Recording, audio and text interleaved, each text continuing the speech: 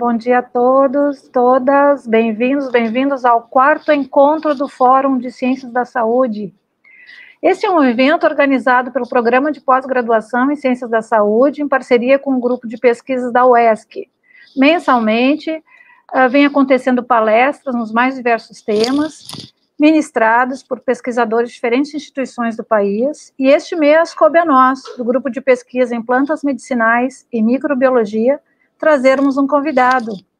O nosso convidado de hoje é o professor Leopoldo Clemente Barato.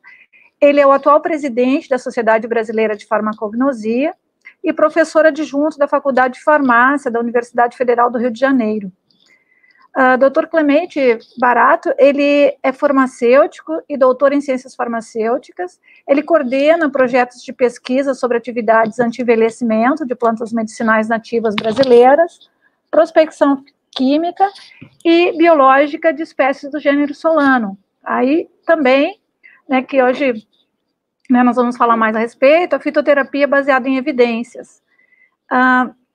E também, mais relacionado ainda ao tema de hoje, ele coordena o projeto de extensão que possui um canal de divulgação científica sobre plantas medicinais nas mídias sociais, o Planta Ciência, que é o que nós vamos, que ele vai nos falar um pouquinho hoje.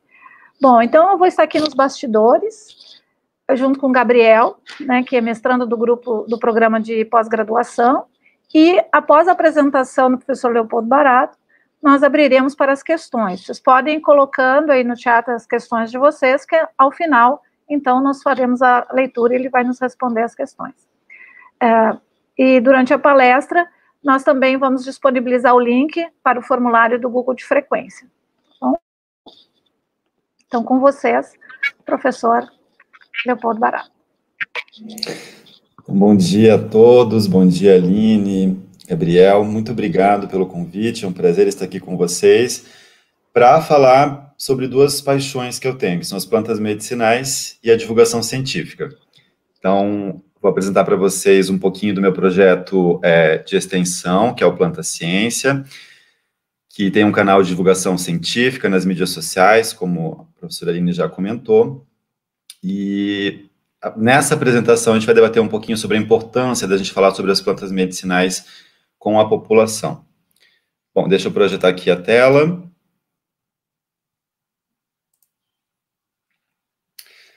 Antes da gente iniciar a falar um pouquinho sobre o Planta Ciência, eu gostaria de fazer uma breve contextualização histórica. O uso das plantas medicinais, ele remonta aos primórdios da humanidade. Então, os homens das cavernas já usavam os recursos naturais para as mais diversas finalidades, tanto para alimentação, obtenção de matérias-primas para a construção de moradias, vestimentas, armas, e também usavam os produtos naturais como recursos terapêuticos. Então, existem diversas evidências que mostram que o homem do Paleolítico, que era aquele homem primitivo, que não dominava a agricultura, que era nômade, coletor, ele já usava as plantas para tratar suas doenças. Então, nos últimos anos, tem surgido uma área da ciência, que é a paleomedicina, onde, a partir de fósseis, eles conseguem descobrir evidências do uso dessas plantas. Então, talvez o caso mais conhecido seja dessa múmia, chamada Ötzi, que foi encontrada nos Alpes italianos, datada de mais de 4.500 anos, onde foram encontradas diversas lesões nessa múmia, e foram encontrados nos locais dessas lesões diversos fragmentos de plantas, pólen, inclusive no local onde ele estava enterrado também encontraram alguns pertences que continham plantas, como essas aqui de baixo. Então, samambaias, musgos, cogumelos, que de fato possuem problemas intestinais, e foram relacionados aos problemas que esse indivíduo teve. Também tem sido feito análises em cálculos dentais, Então, os dentes dos fósseis preservam material orgânico que é passível de análises espectroscópicas, por exemplo. E com isso, os pesquisadores têm descoberto evidências do uso de várias plantas para problemas como inflamações de cavidade oral, cicatrizante, Então, algumas plantas que são bastante comuns nos homens primitivos daquela época, então, Cyperus rotundus, que é tiririca, Achillea millefolium, que é mil em rama, Matricária camomila. Então, quer dizer, havia todo um conhecimento a respeito do uso desses recursos naturais que foi sendo depois transmitido de gerações em gerações e foi perpetuado até os dias de hoje. Outras evidências são as pinturas rupestres, né? Então, em diversos sítios arqueológicos ao redor do mundo, inclusive aqui no Brasil, nós vamos encontrar representações de plantas, e os pesquisadores geralmente associam essas representações a usos enteógenos, ou seja, usos ritualísticos das plantas alucinógenas, principalmente. Então, a partir das amostras dos cálculos dentais, é possível inferir a composição química de determinadas espécies e, com isso, fazer a caracterização das espécies atualmente, né? Não somente através das análises químicas, mas também a paleobotânica, que analisa justamente esses fragmentos de material vegetal fossilizado. Bom, e ao longo de milhares e milhares de anos, o uso das plantas foi sendo perpetuado, né, através das gerações, geralmente de forma oral inicialmente e depois de forma escrita.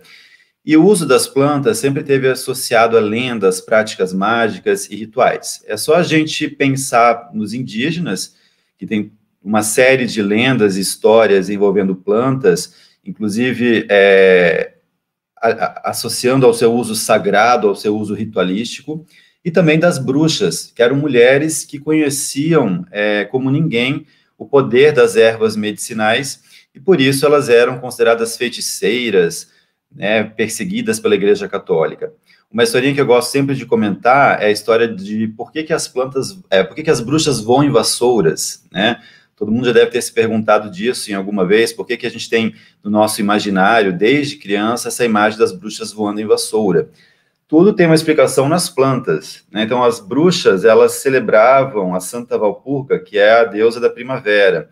Então, no início da primavera, elas faziam uma espécie de festival, onde elas se reuniam em alguns locais específicos, né? Inclusive, lá na Alemanha, eu visitei um desses locais, onde elas se reuniam no alto de uma montanha, e elas preparavam ungüentos, né, com sebo de carneiro, misturando certas plantas, entre elas essas aqui, a tropa beladona, o meimendro, a mandrágora, que são plantas ricas em alcaloides tropânicos, que em elevadas concentrações têm propriedades alucinógenas.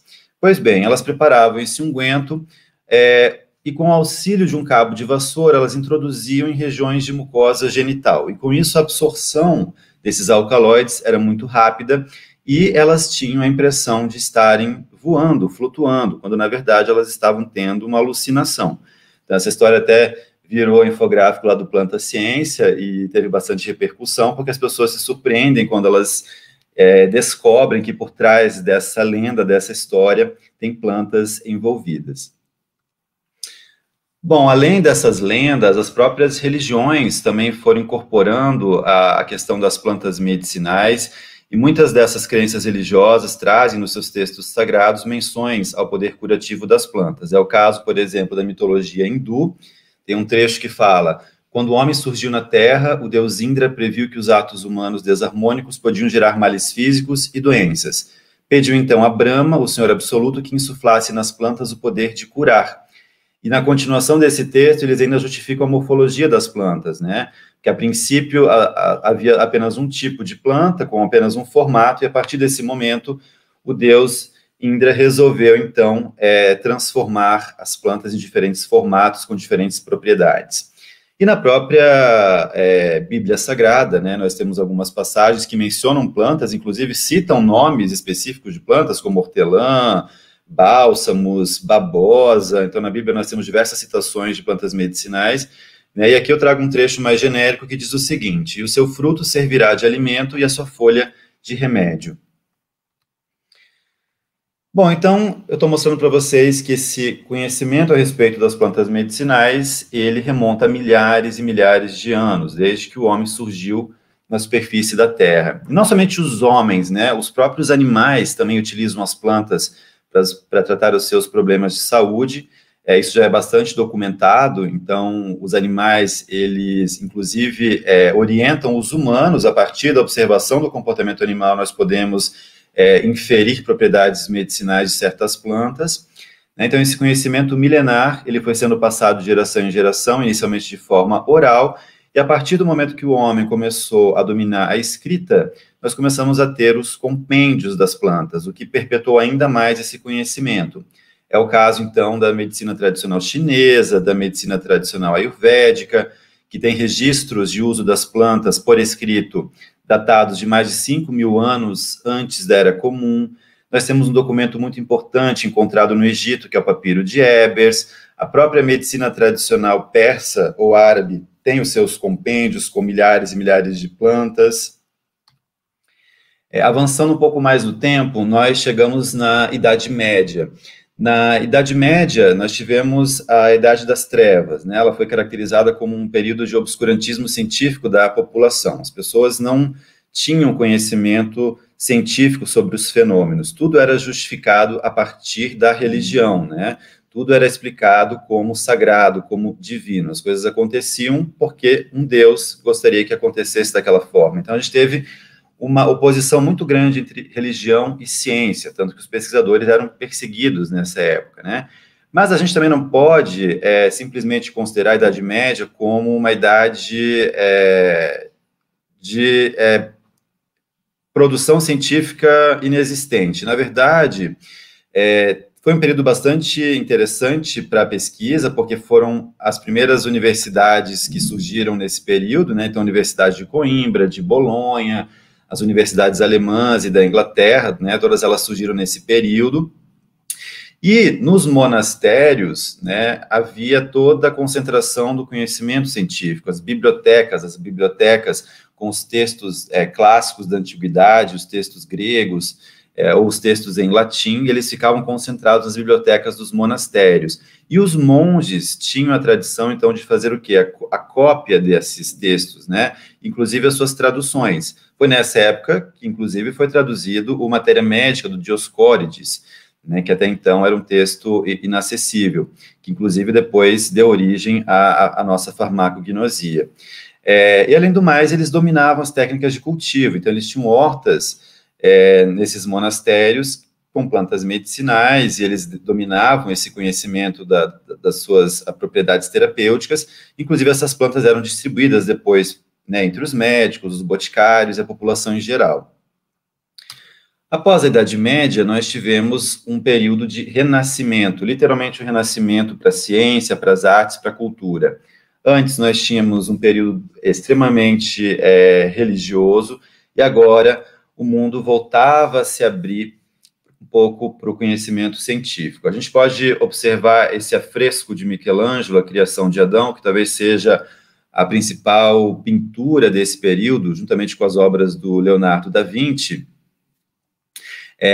onde os pesquisadores da história da arte acreditam que o Michelangelo, por ser um excelente anatomista, ele tinha uma habilidade de secar cadáveres e conhecia muito bem o corpo humano, ele representou de forma intencional elementos anatômicos nessa pintura. Então, os historiadores acreditam que ele quis fazer uma homenagem à racionalidade, à ciência, e pintou aqui um cérebro humano. Então, os pesquisadores, eles conseguem identificar exatamente em cada detalhe dessa pintura elementos anatômicos que existem no nosso cérebro. Então, aqui nós temos a imagem de Deus, né, fazendo a criação de Adão. E a gente vai encontrar também essas evidências escondidas, né, por trás das obras de pintura, principalmente, inclusive no Leonardo da Vinci. Várias das suas obras trazem, inclusive, plantas medicinais e outros fenômenos científicos. Mas nesse período foi muito importante um médico chamado Paracelso. Ele foi o primeiro a dizer que as plantas medicinais, elas tinham um princípio ativo, que o poder curativo das plantas não era mágico, né? Porque antes dele começar a criar essas teorias, as pessoas acreditavam que as plantas eram mágicas, que elas tinham essas propriedades curativas numa origem divina, numa origem sagrada. E ele falou, não, tem uma substância química aqui dentro que vai fazer esse efeito curativo. Ele chamou o princípio ativo de quintessência. E a partir de então, iniciaram-se todos os estudos com extratos das plantas medicinais que passaram a ser usados na terapêutica. Foi nesse período também, e o Paracelso contribuiu para a criação da teoria das assinaturas, que associava a característica externa da planta com a aplicação terapêutica, né? Então, por exemplo, se uma noz tinha um formato de cérebro, ela seria boa para o cérebro. Um feijão com formato de rim seria bom para o rim, e assim por diante. Logo depois, avançando no tempo, nós tivemos as grandes navegações, e elas deram início à globalização. Então, os continentes que antes eram isolados passaram agora a ser conectados. E houve, nesse período, uma grande transferência de plantas americanas, africanas e asiáticas com as plantas europeias. Então, houve uma troca, um intercâmbio entre diversas espécies vegetais de diferentes continentes, o que alterou toda a biodiversidade, né, dos locais, mas também impactou diretamente na alimentação e na saúde humana.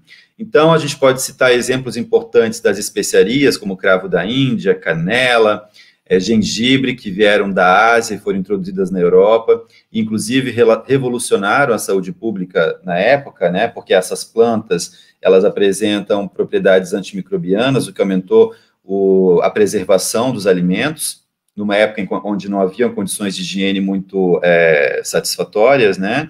E algumas outras plantas de origem americana que também tiveram sua grande importância na terapêutica da época. A mais importante delas talvez foi a quina, que os espanhóis extraíam das regiões onde nós temos atualmente o Equador e o Peru. Então, a quina foi considerado uma planta milagrosa, ela era exportada a um preço superior ao ouro, para vocês terem uma ideia. Tamanha sua importância, né, porque ela era usada para tratar malária e outras doenças infecciosas, mas podemos citar também exemplos de salsa parrilha, da ipeca. Todas essas plantas fizeram parte aí do comércio e do extrativismo nas colônias americanas. Mas vale a pena citar que antes dos europeus invadirem a América e os outros continentes, os povos, né, desses locais, eles dominavam, eles tinham toda uma cultura anterior, né? A gente tem que falar dos povos africanos, dos povos asiáticos, e aqui os povos pré-colombianos, né, os indígenas, os nativos, eles também dominavam o conhecimento das plantas, principalmente das plantas que eram usadas em contexto ritualístico, que eles usavam, então, para se conectar com os espíritos da natureza, como eles chamam, né? Essas plantas enteógenas, que é o termo que nós usamos para as plantas alucinógenas, né? Elas já eram usadas há milhares e milhares de anos. Então, por exemplo, a ayahuasca, que é uma bebida preparada com 2 plantas amazônicas, o próprio cacto peyote, que é fonte de mescalina, lá pelos povos do México. Inclusive, tem um trabalho muito interessante de 2017, mostrando que foi encontrado numa caverna lá na Bolívia, uma bolsa que continha esses pertences, e os pesquisadores foram investigar, né, esses objetos e os resíduos dentro da bolsa, identificaram uma série de fragmentos de plantas. E daí, por meio de análises espectroscópicas, eles identificaram a presença de diversas substâncias, entre elas o DMT, os alcaloides beta-carbolínicos, inclusive cocaína, dentro, né, desses fragmentos de plantas, e essas substâncias, conhecidamente, são substâncias que estão envolvidas nessas plantas com propriedades alucinógenas, principalmente as plantas da ayahuasca. Avançando um pouco mais no tempo, a gente também precisa falar dos viajantes naturalistas, né? Então, a partir do momento em que o conhecimento voltou a ser objeto de estudos, né, lá no Renascimento, os fenômenos científicos começaram a intrigar cada vez mais as pessoas, né? E as pessoas, então, buscavam a razão, a racionalidade, tentar explicar o porquê daqueles fenômenos, já que eles passaram 1000 anos acreditando, ou tendo que acreditar, que os fenômenos eram de ordem divina. Então, naquela época, a gente não tinha o termo ainda cientista. O termo cientista foi cunhado um pouco depois, lá no século XIX, e até então nós tínhamos os naturalistas. Naquela época, a ciência ela era meio que global, não havia a fragmentação das diferentes áreas. Então, esses naturalistas, eles estudavam absolutamente tudo, desde botânica, zoologia, geologia, astrologia, todas as ciências eram englobadas e eles dominavam um pouco de tudo. E eles, então, foram bastante corajosos porque eles foram para as colônias, né, para esses continentes mais distantes, inclusive para o continente americano, que era o mais novo e o menos explorado. Então, as possibilidades eram imensas.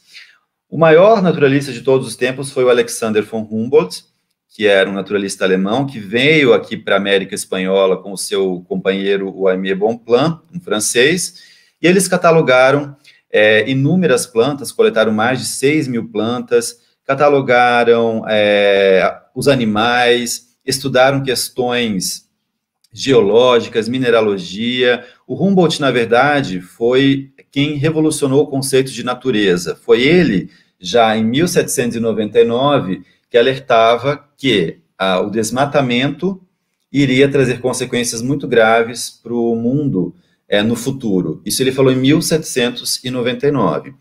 E depois ele inspirou uma série de outros naturalistas de outras gerações que vieram, inclusive, para o Brasil. Então, nós temos aqui o von Martius, que veio na comitiva com a princesa Leopoldina, o Saint-Hilaire, que foi um francês, e o Frei Veloso, naturalista brasileiro, lá de Tiradentes.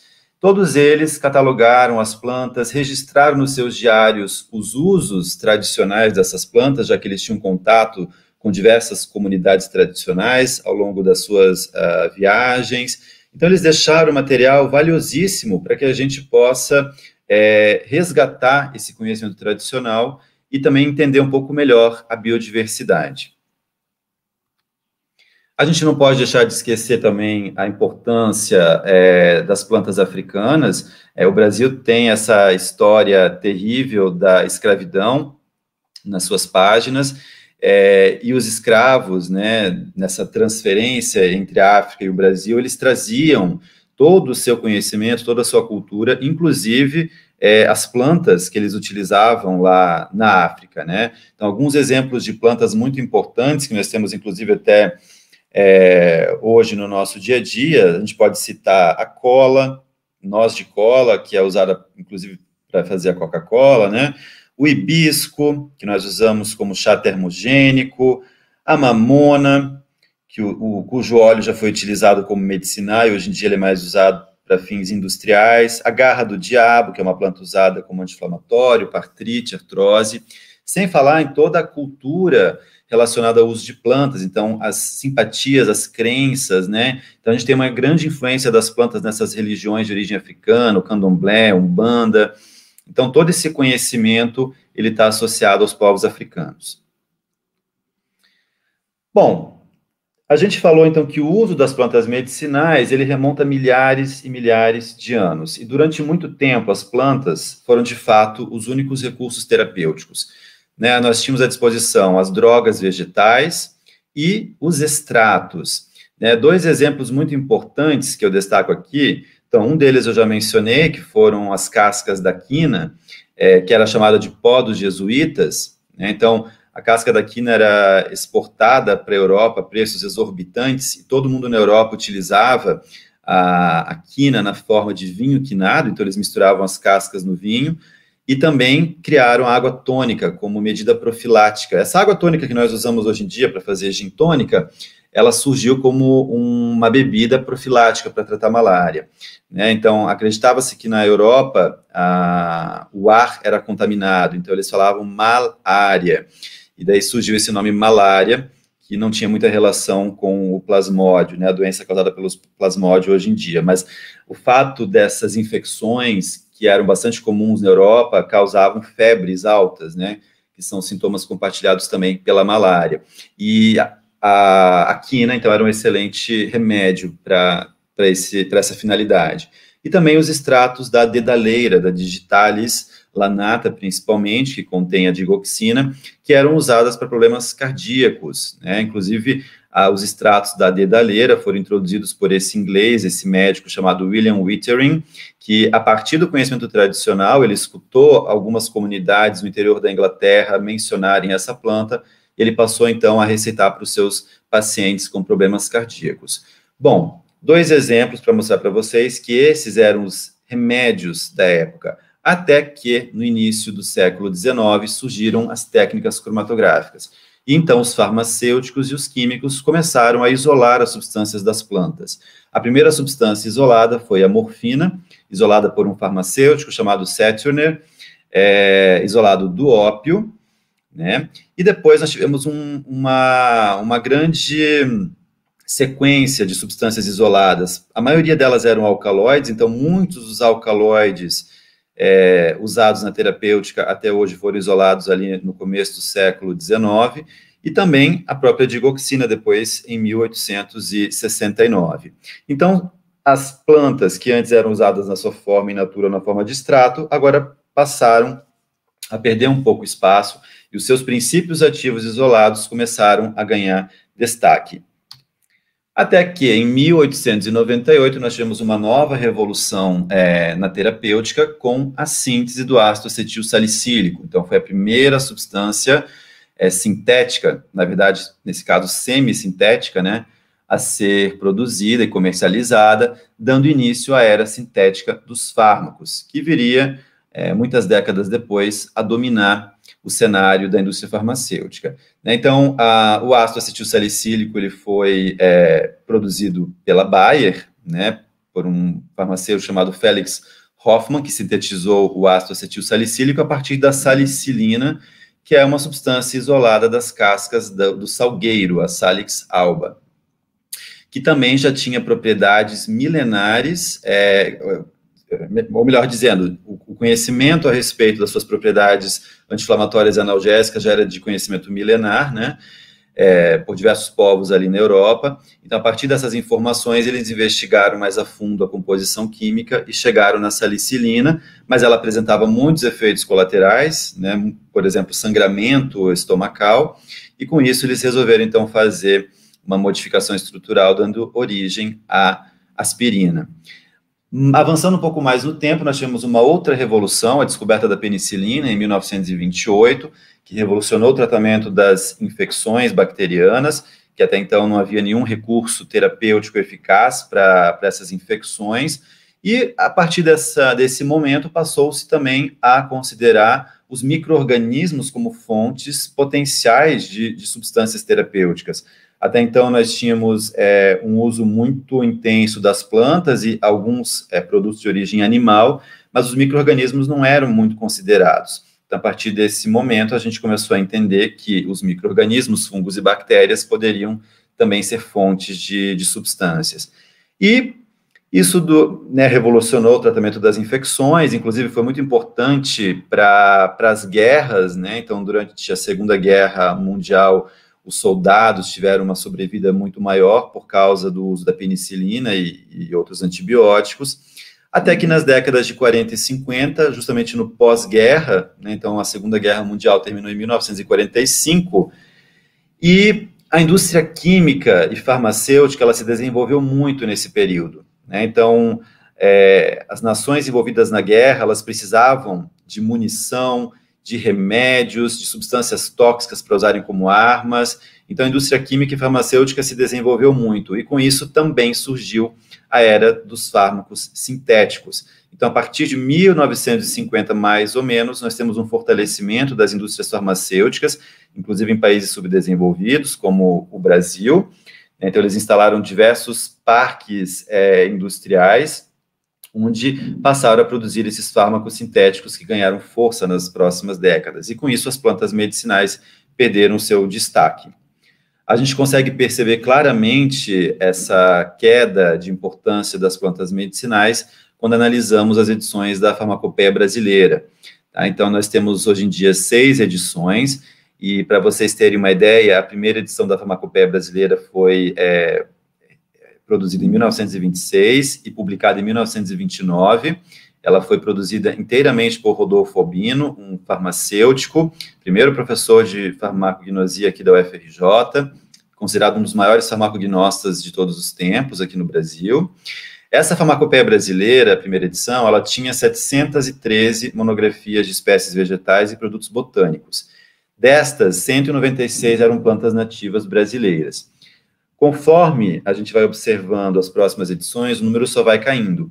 Em 1957, na segunda edição, nós tínhamos apenas 205 monografias e 32 plantas nativas. Observem a data, 1957 já é no pós-guerra, é justamente naquela era dos fármacos sintéticos.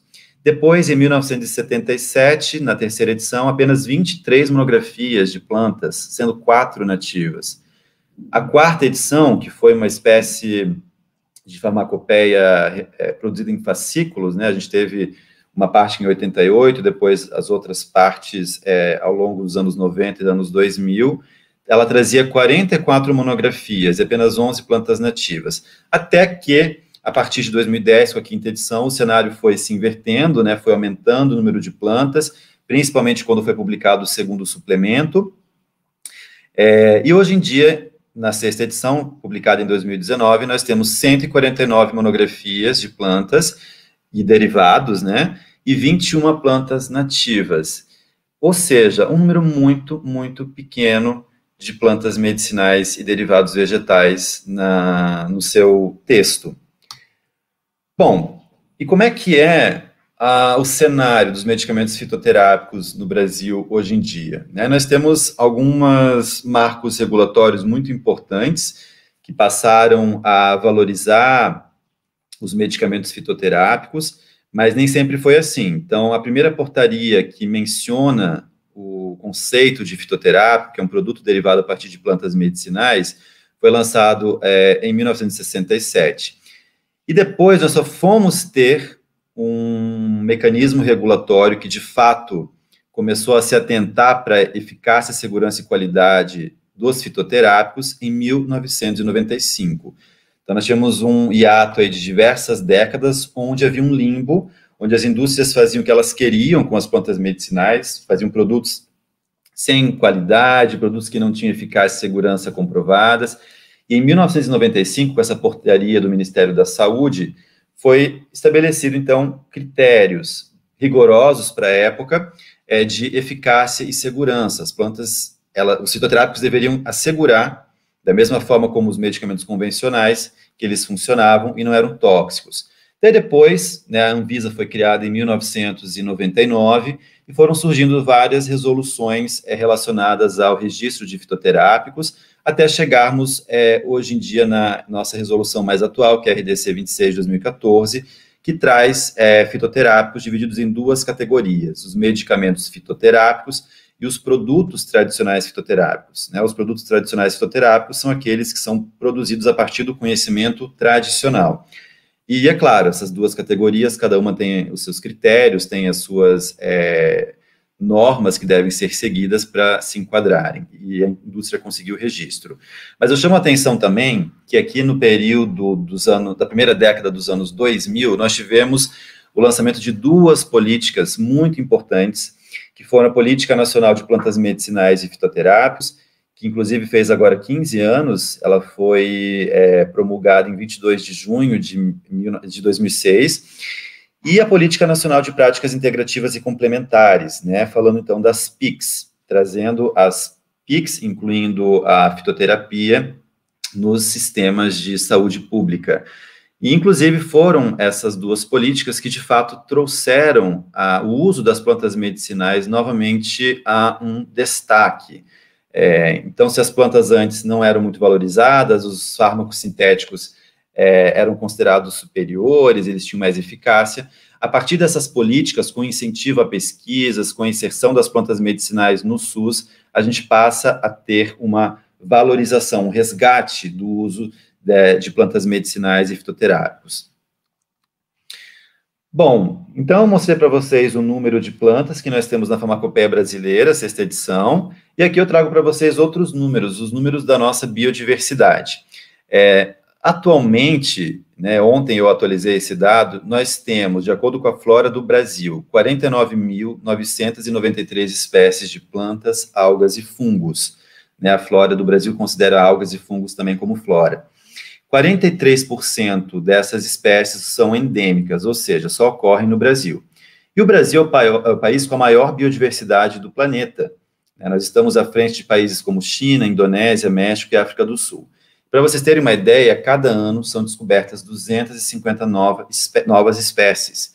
Imagina, então, olha o potencial que nós temos ainda de descobrir, catalogar, classificar novas espécies. E destas, provavelmente, muitas delas têm propriedades terapêuticas. Mas nós temos apenas ali menos de uma centena de plantas medicinais na Farmacopeia Brasileira. Bom, A gente pode também ver a questão do uso da nossa biodiversidade quando a gente vai olhar o número de medicamentos fitoterápicos registrados no Brasil. De 101 espécies vegetais licenciadas no Brasil para os fitoterápicos, apenas 27 são nativas. Esse é um dado que talvez esteja um pouquinho desatualizado, é de um trabalho publicado em 2018, mas dá para ter uma ideia da quantidade ínfima de plantas nativas que nós temos nos nossos produtos. Então, 27 das plantas são nativas, as demais são todas não originárias do Brasil, ou são naturalizadas e cultivadas. E a gente percebe também uma queda no número de registros de fitoterápicos ao longo dos anos. Então, em 2008, eram 512 fitoterápicos registrados, em 2016, nós tivemos apenas 359, teve uma queda de 30%. Por quê? Porque houve um aumento no rigor sanitário. Conforme as resoluções da Anvisa vão sendo atualizadas, as indústrias vão tendo que se adaptar a normas mais rígidas de controle de qualidade, segurança e eficácia. E muitas vezes as indústrias simplesmente não conseguem atender essas normas, por falta, muitas vezes, de infraestrutura, recursos, ou porque não tem interesse em investir, porque mudar significa gastar dinheiro, né, para você se adequar às normas. Então, eles deixam de produzir. Então, o Brasil, com toda a sua biodiversidade, quase 50 mil espécies da flora, tem apenas essa quantidade de produtos, enquanto outros países, com floras muito mais reduzidas, né, têm produtos registrados na ordem aí de milhares, né? E quando a gente vai olhar também o número de produtos registrados e quais são as plantas que estão na composição desses produtos, a maioria são com plantas que não são brasileiras, né? Que a gente vê que o campeão de registros é a Micânia aglomerata, usado para fazer xarope expectorante, que é a única planta nativa entre os mais registrados, mas todas as outras são plantas exóticas. Quando a gente vai olhar também a Relação Nacional de Medicamentos, nós vamos ver que nós temos 12 fitoterápicos presentes na Rename, que estão disponíveis, então, para dispensação no SUS, né? Então, é um reflexo aí das políticas nacionais de plantas medicinais e fitoterápicos e das PICs, mas são apenas 12 fitoterápicos, né? E destas 12, apenas 4 são plantas nativas. Nós temos a aroeira, a espinheira santa, a unha de gato e o próprio guaco. E esse é um mercado, o mercado de fitoterápicos no Brasil, é um mercado milionário. Os dados de 2015 mostravam que foram comercializados no Brasil 554 milhões de dólares em fitoterápicos, né? Sendo que os campeões de venda eram os hipnóticos e sedativos, principalmente as passifloras, valeriana, e ainda os expectorantes, como o xarope de guaco. Então, é um mercado milionário que tem potencial. Mas o que falta aqui no Brasil para a gente conseguir explorar todo o potencial da nossa biodiversidade? É investimento em pesquisa e o interesse das indústrias também realizarem parcerias com as universidades para desenvolverem os produtos e fazerem os estudos clínicos, né? Porque realmente você precisa investir muito dinheiro para desenvolver um produto. São anos e anos de pesquisa, de desenvolvimento, e muitas vezes o retorno ele é incerto, né? Mas o que falta realmente no Brasil hoje é isso, investimento em pesquisa e interação entre indústria e universidade. Bom, por que a gente tem que ter investimento em pesquisa? Para poder transformar a planta no medicamento, seja ele industrializado, seja ele magistral. Inclusive, a gente precisa estudar as nossas plantas para entender a sua composição química, as suas propriedades farmacológicas, então a gente precisa investir em pesquisa. E quando a gente fala em medicamento fitoterápico, a gente vai falar desse tripé clássico da farmácia. A gente vai garantir eficácia, segurança e qualidade. Então, a fitoterapia, ela pode ser realizada tanto com as drogas vegetais, né? Você pode fazer as preparações extemporâneas, ou você pode fazer as preparações magistrais, e também você pode usar o medicamento industrializado. Mas, para isso, nós temos que garantir a qualidade, sobretudo, né, desses produtos, e ainda eficácia e segurança quando falamos de medicamento. Bom, mas o que a gente encontra na realidade, né, também? Então, a gente vai encontrar aqui no Brasil um grande comércio de produtos irregulares.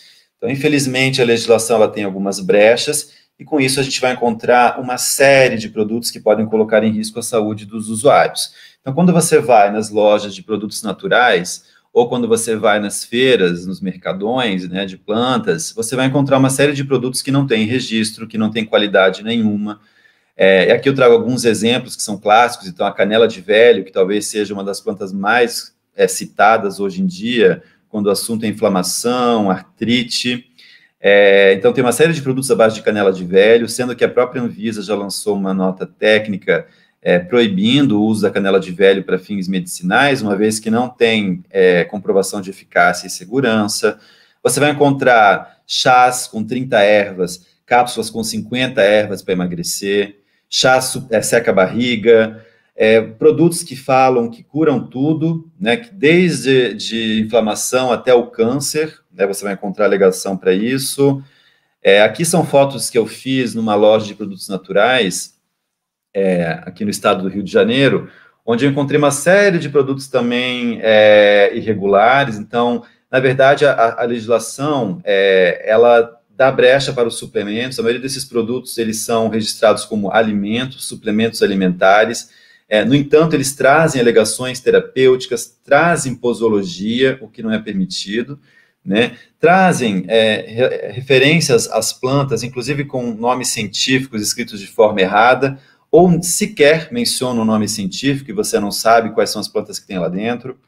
Então, aqui, por exemplo, eu trago outro exemplo, um produto que é usado para o diabetes, regula o diabetes e colesterol, 100% natural. E daí, olha a composição, ele cita os nomes populares das plantas, agora vai saber que plantas são essas, se realmente tem planta dentro disso. Chá diet, emagrecedor forte e natural, para celulite, estria, barriga, culote. Daí olha a composição que ele traz e as alegações terapêuticas, e tudo isso é registrado como alimento, suplemento alimentar, trazendo essas alegações terapêuticas.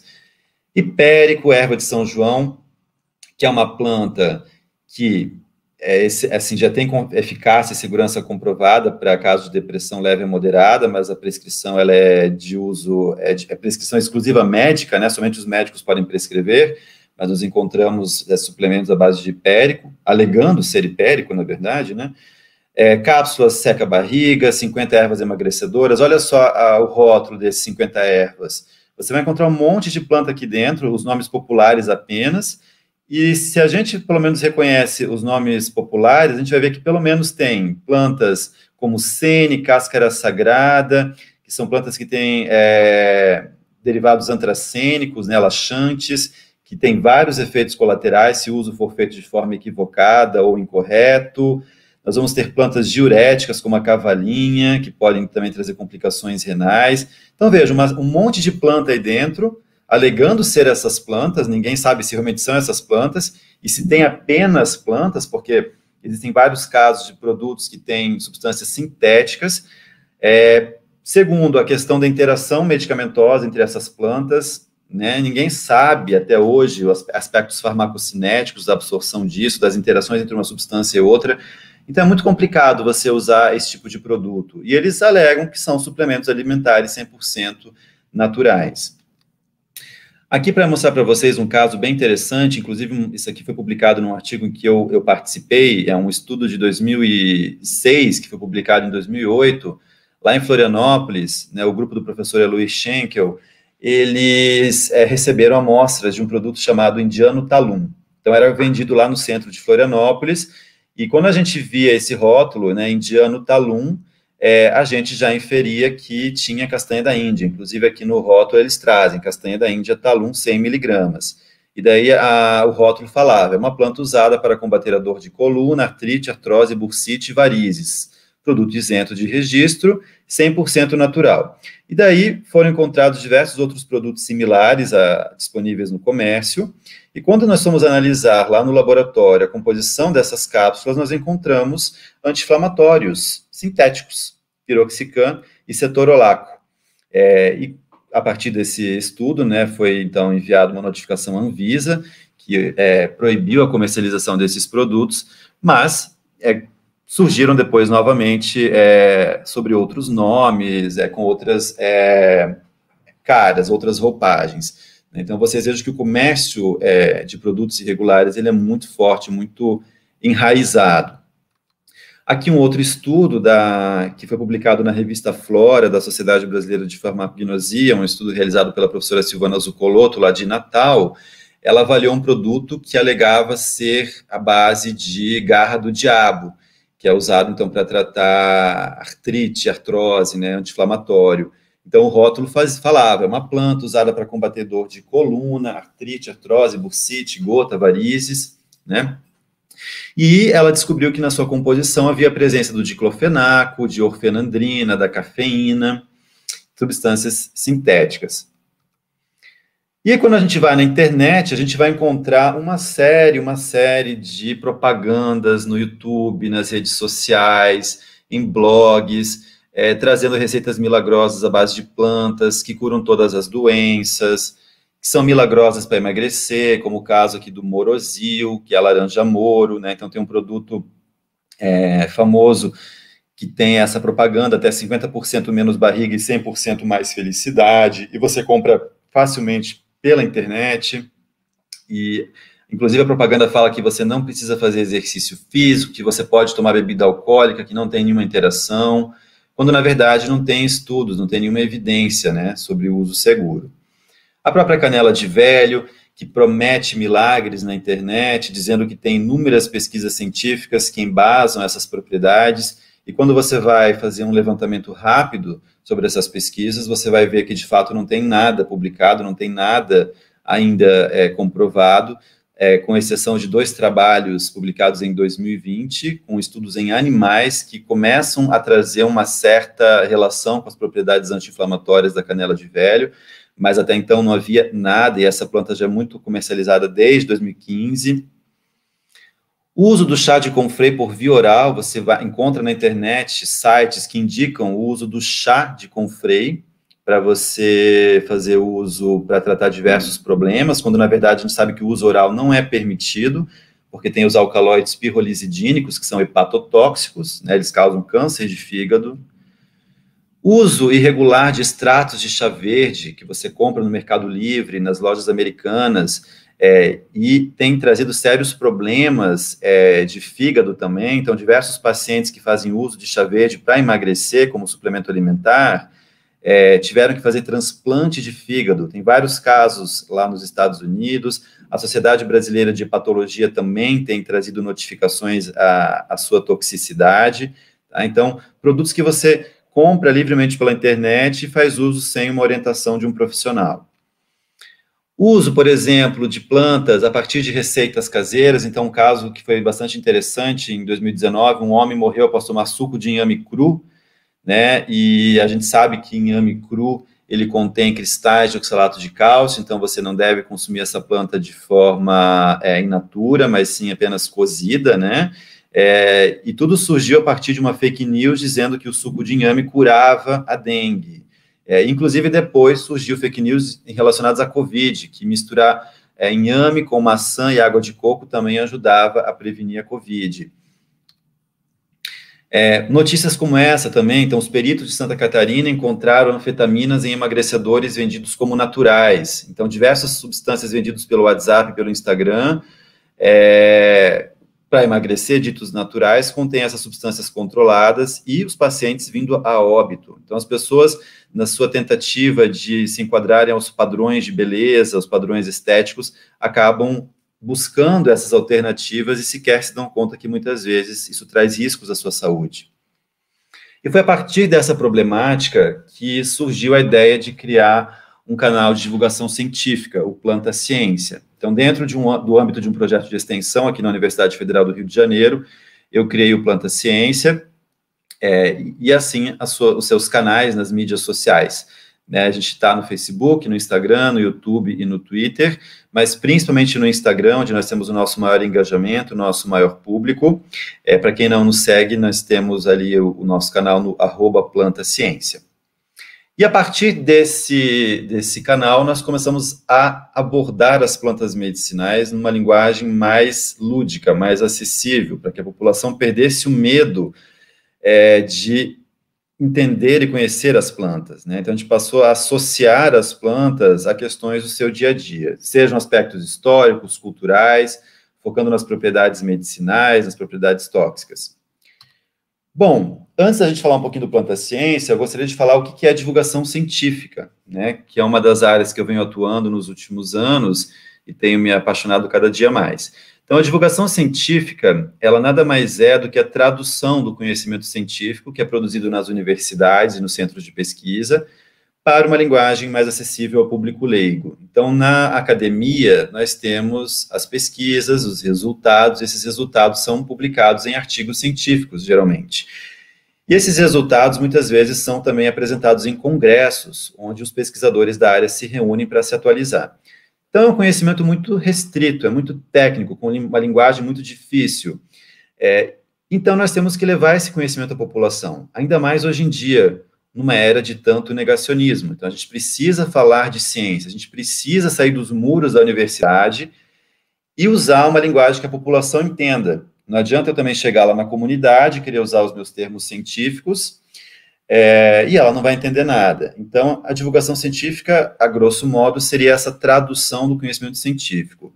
E a divulgação científica, ela tem diversas finalidades, sejam educacionais, para você explicar os fenômenos científicos que, inclusive, acontecem no nosso dia a dia.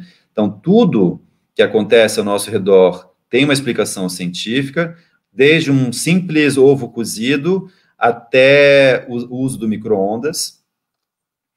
Tem também um papel cívico para que as pessoas adquiram uma consciência, uma reflexão sobre o seu papel na sociedade. Então, toda a questão do desmatamento, do aquecimento global, a perda da biodiversidade. Então, quando a gente trata desses temas numa linguagem mais lúdica, mais acessível à população, a gente consegue fazer com que as pessoas entendam a problemática dessas situações. E também a questão da mobilização popular. Quando a gente leva o conhecimento da população, a gente pode estimular, então, por exemplo, as campanhas de vacinação, as campanhas de prevenção de doenças, a Política Nacional de Plantas Medicinais e Fitoterápicos. Então, são ações que vão impactar toda a população. É como a gente está vendo agora, né? A gente vê uma campanha, uma orientação de diversos divulgadores científicos, jornalistas, falando o tempo todo, numa linguagem acessível, sobre a importância de se vacinar contra a Covid-19. Né? Então, esse papel é importante para a gente mobilizar a sociedade como um todo. Bom, e como é que é essa linguagem acadêmica que eu mencionei, que é uma linguagem mais restrita ao universo acadêmico? A gente tem os artigos científicos, que são publicados geralmente em língua inglesa, o que já é um impeditivo também para a maioria da população. Geralmente os termos são muito técnicos, jargões científicos que só quem é do meio acadêmico e daquela área vai entender. Os artigos, eles não são atrativos, né, eles não são bonitos, visuais, tem muito texto, muita tabela, e geralmente essas tabelas e figuras, elas são bastante complexas, elas não têm cores, então isso tudo é algo que afasta a população de se interessar por esse tipo de conhecimento. No entanto, quando você pega esse conhecimento e transforma ele numa linguagem que a população possa compreender, nós vamos ter uma aproximação com o público. Então, a gente tem diversos veículos que são bastante clássicos, né, relacionados à divulgação científica, entre eles as revistas de divulgação científica. Imagino que todos aqui já tiveram contato com a revista Ciência Hoje, que é editada pela SBPC, mas temos outras como a Galileu, super interessante, a Scientific American, todas elas trazendo informações científicas de uma linguagem acessível. Temos os blogs e os sites de ciência, temos os canais de televisão e os seus programas abordando ciência, né? Quem nunca viu, por exemplo, o Castelo Rá-Tim-Bum, da TV Cultura, com o Tíbio Perônio, ou Um Pé de Quê no canal Futura, o programa da Regina Casé? Todo mundo já assistiu alguma coisa do Discovery Channel. O próprio cinema, televisão, séries, teatro, livros, eles podem trazer a linguagem científica como pano de fundo. Muitas vezes não trata exatamente de ciência, mas eles abordam aspectos científicos que podem gerar uma curiosidade no leitor ou no espectador. E hoje em dia as mídias sociais, né? Hoje em dia todo mundo está nas mídias sociais, houve, de fato, uma revolução tecnológica e a internet é um espaço onde todo mundo está presente, nós não vivemos mais sem a internet, e é importante, então, que a divulgação científica ganhe espaço, ganhe terreno, né, nesse ambiente virtual, uma vez que o lado ruim já ganhou força, que são as fake news. Então, nós temos diversos canais no YouTube, no Facebook, no Instagram, diversos perfis, tanto de divulgadores científicos, de pessoas físicas propriamente ditas, como universidades, institutos de pesquisas e projetos, né, de divulgação científica, de extensão, falando sobre esses temas. E qual é a vantagem das mídias sociais? Primeiro que 70% das buscas por informação científica, elas vêm da internet. Então, tem vários dados que mostram que hoje em dia a maior parte da busca por conhecimento é feito na internet, né? Os livros perderam espaço. E são ambientes virtuais que você pode acessar de qualquer lugar na palma da sua mão. Você pode trocar experiências com outras pessoas, compartilhar, conversar. Tem um enorme alcance. Quando você posta algo, pessoas do mundo inteiro podem ler e comentar aquela sua postagem. Elas são rápidas, então hoje em dia a gente não espera mais para saber das notícias. Elas vêm até nós, né? De uma forma muito rápida, que a gente às vezes não dá conta nem de estar por dentro de tudo.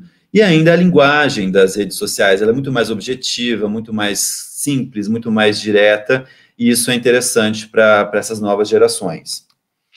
Então, hoje em dia, a gente não tem mais limites, nem barreiras para o conhecimento científico. Antigamente, nós tínhamos que ir numa biblioteca, nós tínhamos que ir num museu para acessar o conhecimento científico. E hoje em dia, não. Nós temos tudo na palma da nossa mão. Nós temos bibliotecas virtuais, nós temos sites de universidades, nós temos como baixar artigos. Então, o tempo todo, a gente pode estar tendo acesso a esse tipo de informação. E isso é importante também quando a gente fala no âmbito da educação, do ensino, né? Então, essa informação, ela pode ser usada para questões de ensino-aprendizagem. Então, a gente pode utilizar nas universidades, com os nossos alunos, podemos usar nas escolas de ensino básico, ensino fundamental. Então, hoje em dia, o ensino sofreu também uma revolução, né? E a gente está vendo bem isso na pele, inclusive com o ensino remoto. Né, nós, professores e alunos, tivemos que nos adaptar a essa realidade. Estamos aprendendo como explorar essas ferramentas da melhor forma. E, sem dúvida, as ferramentas virtuais que nós temos à disposição, incluindo esses canais de divulgação científica, são excelentes plataformas aí de conhecimento. Bom, e por que é tão importante fazer divulgação científica hoje em dia? Principalmente por causa das fake news, né, que se disseminam numa velocidade avassaladora e acabam influenciando a opinião das pessoas para tomar atitudes que não são, muitas vezes, embasadas em aspectos científicos. É o caso das vacinas. Então, inclusive, esse movimento anti-vacina, ele não é recente, ele já surgiu em 2017, mais ou menos, né? Então, os pais estavam deixando de vacinar os seus filhos, e muitas doenças que já haviam sido erradicadas voltaram, e agora a gente vê na vacina da Covid, né, também todo um negacionismo por parte de algumas autoridades, alguns grupos negacionistas. Um caso clássico na área de plantas medicinais foi uma fake news sobre o ipê roxo. O ipê roxo, as cascas, né, do ipê roxo contêm lapachol, e nos anos 60, essa substância, o lapachol, foi testada in vitro para diversas linhagens tumorais. E os resultados foram muito satisfatórios. E daí teve uma revista muito importante da época, a revista O Cruzeiro, que publicou essa notícia, trazendo na capa a reportagem sensacionalista chamada A Cura do Câncer, né? A colher de chá que cura tudo. Então, trataram o câncer como algo, o ipê como algo milagroso para tratar o câncer. Pois bem, anos depois, um programa importante dominical fez uma reportagem e falou, mais uma vez, os benefícios da casca do ipê roxo. E no dia seguinte, as pessoas foram às ruas arrancar a casca do ipê. A planta quase entrou em extinção por causa disso, porque quando retirava a casca, ela morria, né? E depois comprovou-se que, de fato, o lapachol e o próprio chá da casca não tinha nenhum efeito contra o câncer, né? Então, veja, a importância de transmitir o conhecimento correto. Era uma notícia in vitro, um resultado preliminar que foi transformado numa manchete sensacionalista e gerou toda uma repercussão, toda uma questão aí equivocada. E agora na Covid-19, a gente viu, né, durante a pandemia, diversas fake news a respeito de plantas medicinais. A gente viu uma notícia que causou bastante repercussão, que foi a do boldo. Então, o chá de boldo curava a Covid em 3 horas. Né? E daí era uma mensagem de WhatsApp, que tinha um áudio, e a foto desse boldo aqui, que nós sabemos que é o boldo falso, né? Porque o boldo verdadeiro é o boldo do Chile, o Pelmus boldus, que é uma planta que tem evidências de eficácia e segurança, enquanto essas outras espécies de boldo falso que nós temos no Brasil, elas não são muito estudadas, elas não têm muita evidência, embora sejam muito usadas na medicina tradicional, mas elas não têm nenhuma evidência de eficácia e segurança, e muito menos para a Covid, né? Então, isso nos levou, inclusive, na Sociedade Brasileira de Farmacognosia a lançar uma nota, em maio do ano passado, dizendo que até aquele momento, que é uma situação que se repete até agora, né, porque até agora nós não temos nenhum recurso à base de produtos naturais, né, que não existia nenhuma planta, nenhum extrato, nenhuma preparação à base de plantas que podiam prevenir, tratar ou curar os sintomas da Covid-19. Então, vejam, nós viemos a público lançar essa nota, tamanha quantidade de fake news envolvendo plantas medicinais. Muitas dessas fake news que, a princípio, são inofensivas, na verdade, podem trazer diversas complicações para a saúde dos usuários. Bom, então, né, para finalizar, eu acho que o meu tempo até já está encerrando, mas o objetivo do Planta Ciência, né, quando esse canal surgiu, era justamente abordar curiosidades sobre o reino vegetal, de um modo geral, levar informações históricas e culturais para as pessoas, para que elas pudessem perceber como as plantas fazem parte do nosso dia a dia, criar materiais didáticos para alunos e professores, auxiliar no processo ensino-aprendizagem, e ainda, o mais importante de tudo, fazer uma orientação e um alerta para a população para desmistificar o uso inadequado das plantas medicinais. E com isso nós estamos, então, nas mídias sociais, e o nosso principal canal é o Instagram. Hoje em dia nós temos mais de 10 mil seguidores interessados em plantas medicinais, compartilhando conhecimento. E nós produzimos uma série de conteúdos que vão desde infográficos, nós produzimos esse tipo de material visual, que vocês podem encontrar ali nos nossos canais, trazendo informações tanto históricas, culturais, sobre plantas medicinais, sobre moléculas, sobre plantas alimentícias, plantas tóxicas. Então, aqui alguns outros exemplos de materiais que nós temos. Nós temos uma coluna semanal, então toda semana nós temos um colunista que escreve sobre um determinado tema. Ontem nós publicamos uma coluna sobre a Comigo Ninguém Pode, as suas propriedades tóxicas. Nós temos uma colunista, que é a professora Nina, da UFRJ, que sempre traz temas relacionados ao Ayurveda. Temos o professor Hélio, que sempre traz temas bastante atuais sobre o uso de plantas medicinais, e uma série de outros colunistas que contribuem com o nosso canal. Nós temos também podcast, nós temos um programa na rádio UFRJ chamado Minuto Planta Ciência, que está todo disponível nas plataformas de podcast, entre elas o Spotify. Então é só vocês procurarem Minuto Planta Ciência. Nós temos 25 programas da primeira temporada e estamos preparando agora a segunda temporada, que vai começar no segundo semestre. E também temos, inclusive, uma playlist com músicas que tratam de plantas. E aqui eu trago para vocês mais alguns outros exemplos de materiais que nós realizamos. Percebam que a gente tenta sempre trazer esses conteúdos numa linguagem bastante acessível, bastante visual e atrativa. Nós temos uma equipe que conta com cerca de 13 alunos de graduação do curso de farmácia e também de cursos como química e museologia. Então, nós abordamos diversos aspectos desses conteúdos numa linguagem que pode ser utilizada como material didático. Então, aqui, por exemplo, a gente conta a história dos temas, né? Então, todos os aspectos históricos, e depois vamos abordando os aspectos mais científicos.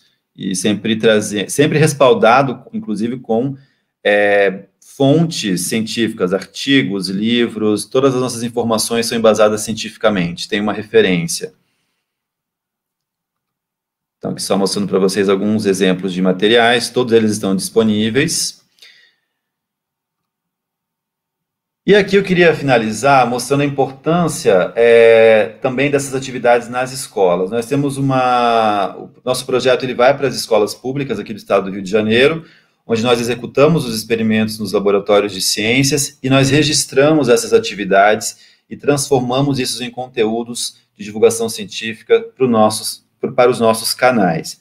Então, a gente, no ano de 2019, realizou diversas atividades numa escola aqui do Rio de Janeiro, onde nós fizemos experimentos científicos, todos eles foram registrados, e depois nós transformamos esses experimentos em roteiros que foram disponibilizados em nosso site, que depois eu vou passar para vocês o nosso site também, né, roteiros didáticos para os professores de escolas públicas, principalmente, poderem baixar e realizar nas suas escolas em todo o Brasil.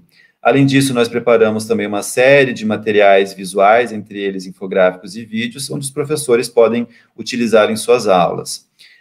Nós também tivemos o apoio da SBPC, a Sociedade Brasileira para o Progresso da Ciência, que nos deu apoio financeiro para a elaboração de alguns vídeos didáticos que estão disponíveis no nosso site, www.plantaciencia.com. O nosso site está passando agora por uma reformulação, mas esses materiais vocês podem encontrar ali no nosso site. E também desenvolvemos uma linha de jogos, que é o Planta Memória e ainda o jogo da Urtiga, com o apoio da SBPC. Esses jogos nós agora vamos distribuir para as escolas públicas. Inclusive, professores, né, de escolas do Brasil inteiro podem entrar em contato com a gente, que nós vamos disponibilizar estes jogos também. Esses são os alunos que fazem parte do Planta Ciência, uma equipe bastante grande e tinha que ser, e eu tenho que reconhecer todo o esforço desses alunos, porque sem eles o projeto não aconteceria. São eles que fazem os conteúdos que nós postamos, são eles que gerenciam as páginas. Eu sou apenas o maestro, o coordenador, mas eles é que fazem toda a engrenagem funcionar. Também queria chamar a atenção, falando em divulgação científica, né, e como faço parte da Sociedade Brasileira de Farmacognosia, na condição de presidente, nós temos uma revista que foi lançada agora em 2020, chamada A Flora, e nessa revista nós divulgamos conteúdos numa linguagem acessível. Então, vocês podem acessar o nosso site, que é www.revista-aflora.com.br, e lá vocês vão encontrar as normas de publicação. Então, alunos de graduação, pós-graduação, se vocês têm resultados preliminares de uma pesquisa ou de um projeto de extensão, ou vocês querem falar sobre uma planta, uma molécula, vocês podem escrever para a revista Flora, né? Então, agora nós vamos ter um próximo número lançado em julho ou agosto, provavelmente, mas nós já temos números previstos também para outubro e dezembro. Bom, queria deixar os meus contatos aqui, então vocês podem me encontrar através do meu e-mail, leopoldo.frj@gmail.com, ou vocês podem acessar os canais do Planta Ciência nas redes sociais, o @plantaciência, e ainda também deixo os contatos da Sociedade Brasileira de Farmacognosia. Inclusive, convido vocês que trabalham com plantas medicinais, produtos naturais, a se associarem à Sociedade Brasileira de Farmacognosia, que é uma sociedade que congrega pesquisadores, estudantes que trabalham na área de plantas medicinais. Então, muito obrigado a todos vocês pela atenção, passei um pouquinho do tempo, peço desculpas por isso, mas foi um prazer estar aqui com vocês e fico à disposição para responder eventuais perguntas. Muito obrigado. Muito obrigada, professor Leopoldo. Excelente, né? Esse era o nosso intuito, porque que trabalho, é um trabalho árduo fazer essa divulgação científica. Só eu sei, eu ainda não tive coragem para fazer isso. Tem alguns colegas nossos bem ativos no Instagram, mas realmente a gente precisa de uma equipe por trás muito grande, né? E tem que estar sempre ali olhando, corrigindo, fazendo isso para ver se sai tudo direitinho. Então, agora nós vamos, assim, temos ainda uns 10 minutinhos aqui, e aí nós vamos olhar algumas perguntas que foram feitas. Gabriel, você pode destacar as perguntas? Que algumas foram lá para cima aqui no chat.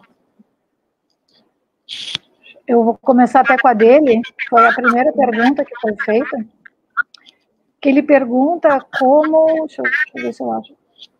Professor, hoje percebemos que muitas pessoas priorizam tratamentos naturais, mas quais entraves você observa existirem para incluir plantas medicinais nas disciplinas de graduação?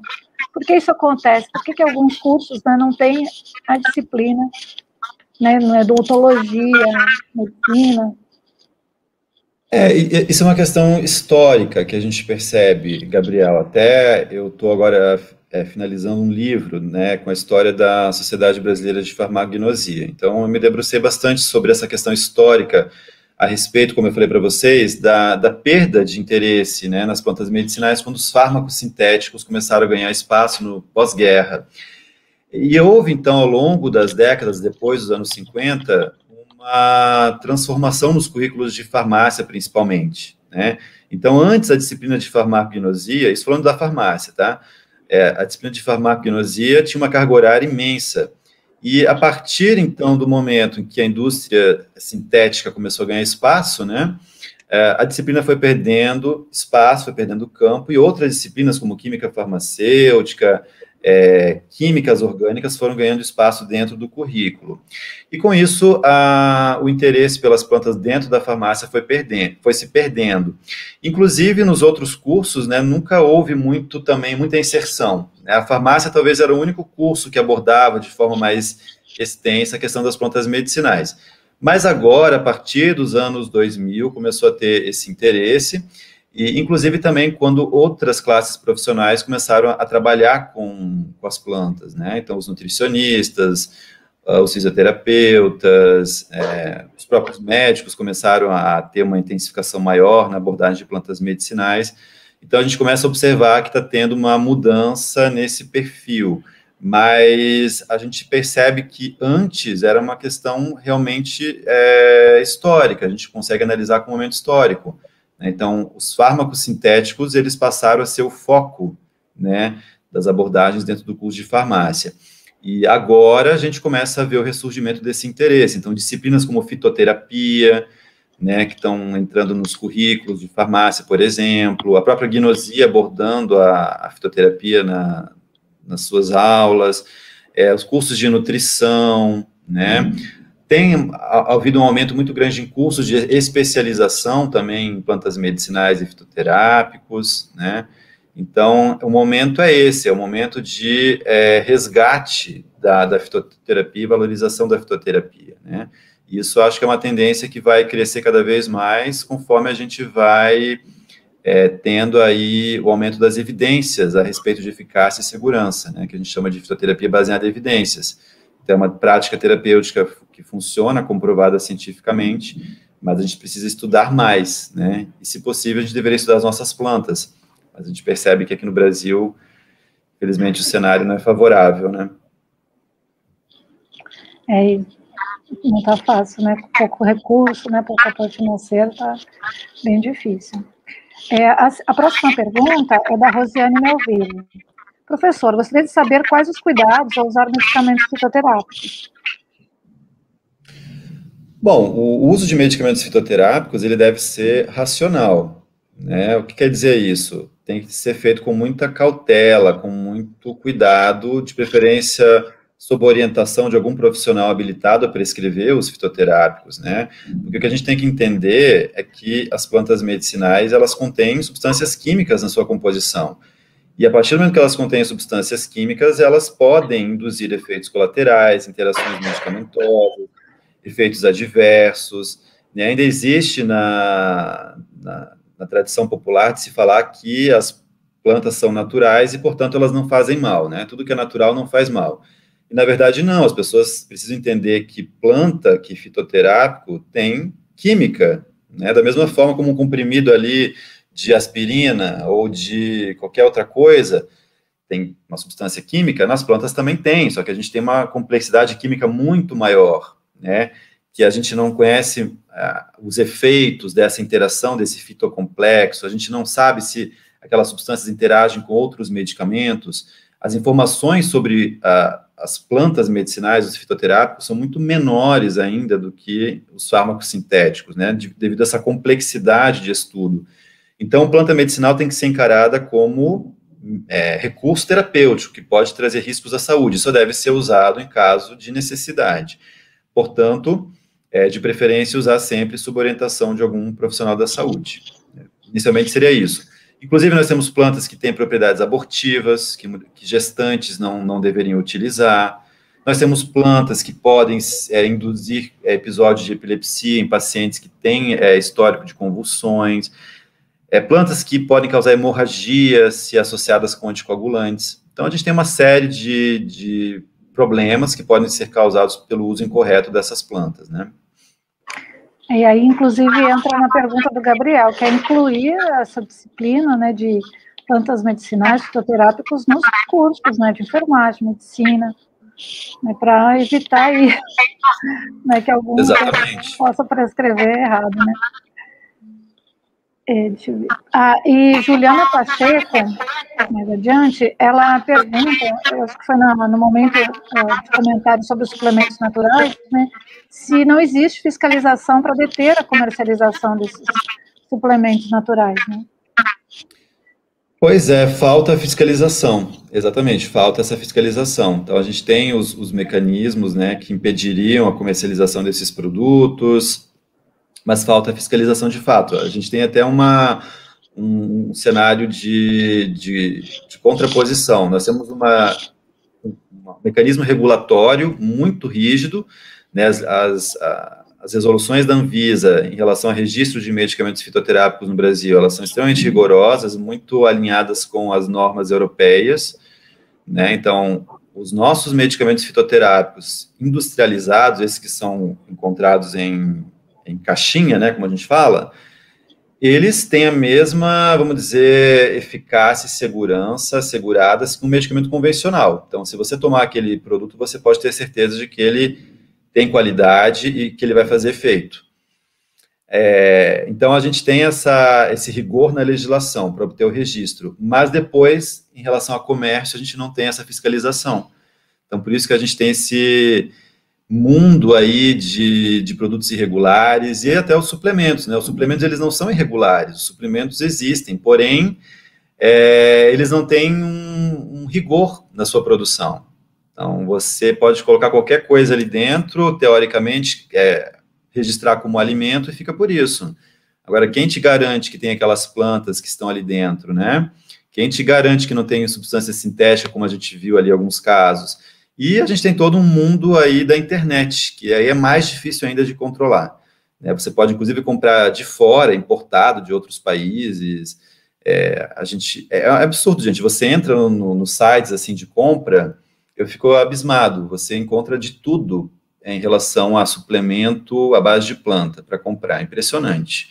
Chá verde, então, é um boom, né? Todo mundo compra extrato de chá verde, e é um perigo você tomar os extratos do chá verde, né? Como a gente viu aí em relação a problemas hepáticos. Mas realmente falta essa fiscalização. A professora Rosilene até escreveu ali no chat a padronização, né, das plantas, que também não é fácil, né, os princípios ativos lá dentro, a gente padronizar na quantidade que tem que ter um bom efeito. Exatamente. Né? Exatamente. A Anvisa está até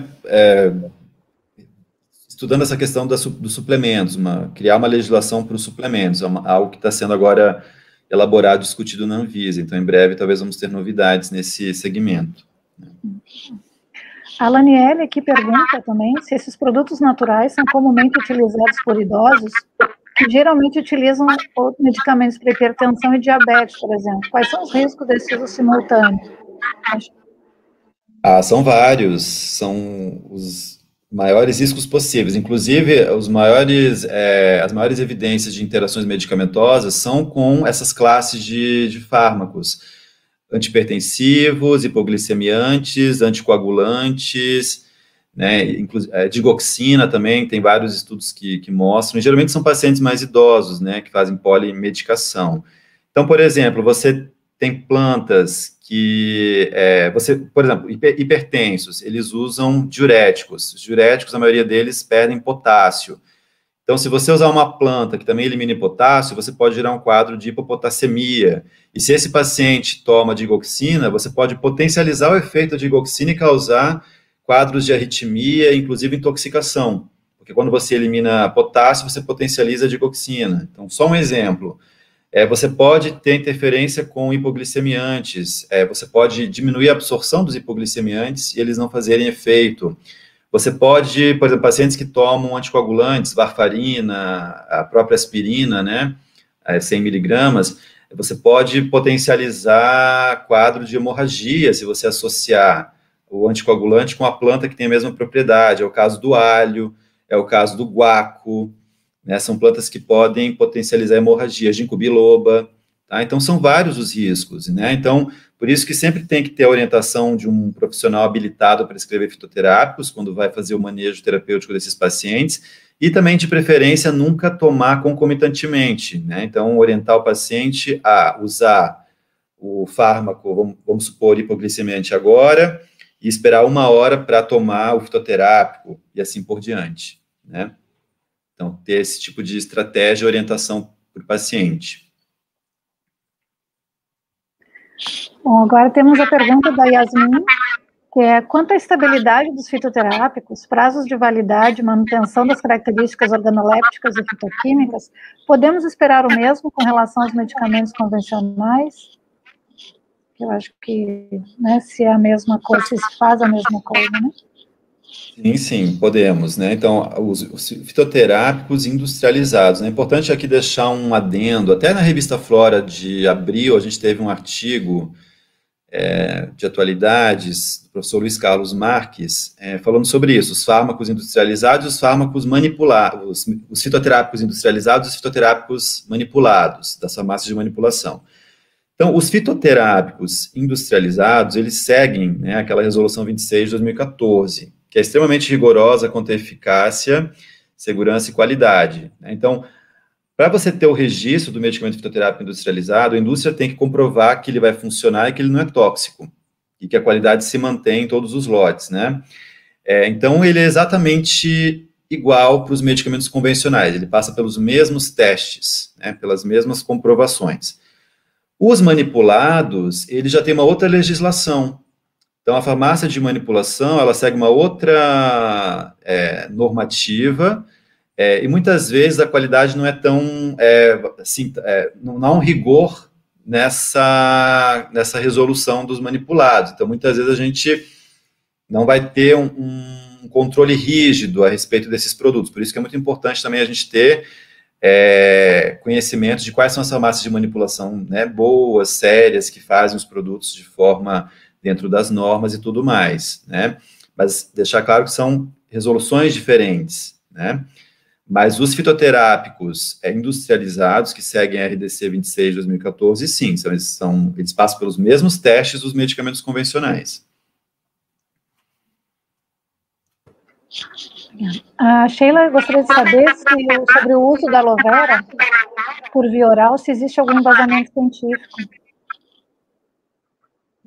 Então, Vera, o uso... na verdade, Sheila, né? Desculpa. A aloe vera é a planta. A Sheila. Sheila, desculpa.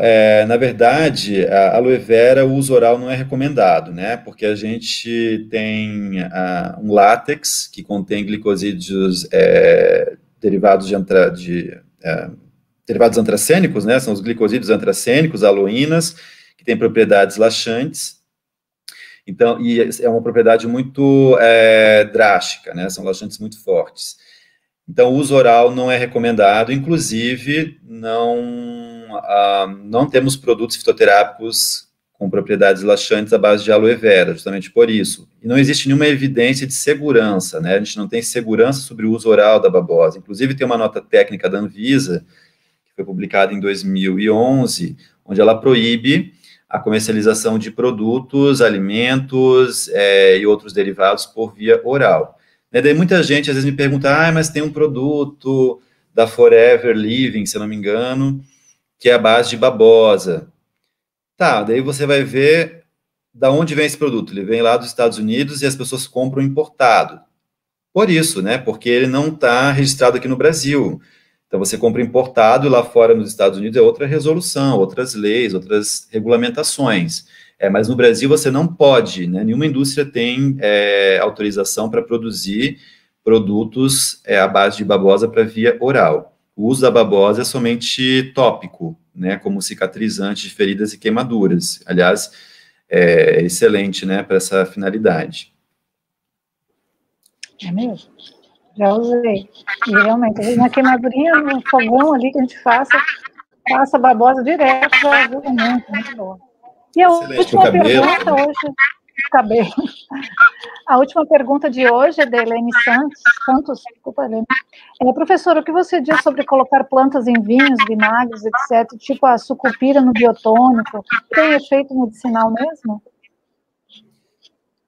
Helene, é muito complicado de dizer isso. As pessoas na medicina popular fazem isso, né? As garrafadas, colocam às vezes a planta na cachaça, né? Eu até acho que meus familiares antigamente faziam isso, botavam alguma planta na cachaça, daí quando tinha uma inflamação, uma contusão, passava, né? Aquele álcool sobre a pele e tudo mais. O fato que acontece, quando você coloca uma planta em contato com alguma coisa alcoólica, você vai estar extraindo ali as substâncias, né? Você vai extrair os princípios ativos, com certeza. Agora, não é padronizado, você não tem nenhum tipo de padronização nisso quando você faz de forma caseira, né? Então, você pode fazer e usar como recurso, vamos dizer, alternativo para algum alívio de uma condição leve, que não exige acompanhamento médico e tudo mais. Mas a gente não tem certeza da quantidade de princípio ativo que foi extraído, você não sabe o teor alcoólico, muitas vezes, daquela bebida, né, daquele álcool que você está usando. Então, é um recurso caseiro que pode trazer algum alívio, né, em alguma condição que não exija acompanhamento médico, não seja grave, né, mas não é recomendado o uso, né, o melhor é você usar uma formulação que foi preparada de forma padronizada.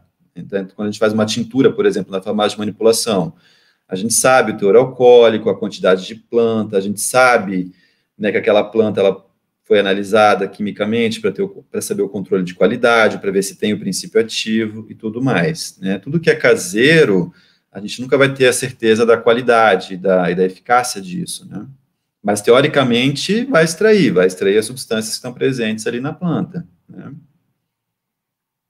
Reconhecer, né, pessoal, assim, o conhecimento popular ele é muito importante, vocês viram na apresentação que ele é milenar, né? Então, desde que o homem surgiu na humanidade, ele já usa as plantas. Então, tudo que embasou a terapêutica até o século XIX foram as plantas e os extratos. Mas hoje em dia a gente tem que ter muito cuidado, porque a gente hoje em dia tem conhecimento disso, né, de que as plantas têm riscos de toxicidade, elas podem causar interações medicamentosas, elas podem provocar efeitos adversos. Então, o uso das plantas ele tem que ser sempre validado cientificamente, né? E a partir do conhecimento tradicional. Então, a partir do conhecimento tradicional, a gente consegue, inclusive, identificar quais são as plantas potenciais, quais são as plantas que têm propriedades medicinais e estudá-las para a gente realmente encontrar evidências, subsídios que vão atestar a eficácia e a segurança desses recursos. Então, a valorização e a validação do conhecimento tradicional popular é de extrema importância, é a base da pesquisa para plantas medicinais. Então, a gente tem que registrar esse conhecimento, né, para que a gente possa usá-lo aí nas pesquisas, né. Bom, muito obrigada. Eu agradeço, pessoal, a presença de todos vocês, foi um prazer falar um pouquinho sobre plantas medicinais, divulgação científica, que vocês possam conhecer o meu canal, né, o Planta Ciência. Todos são muito bem-vindos para fazer comentários, mandar sugestões de temas.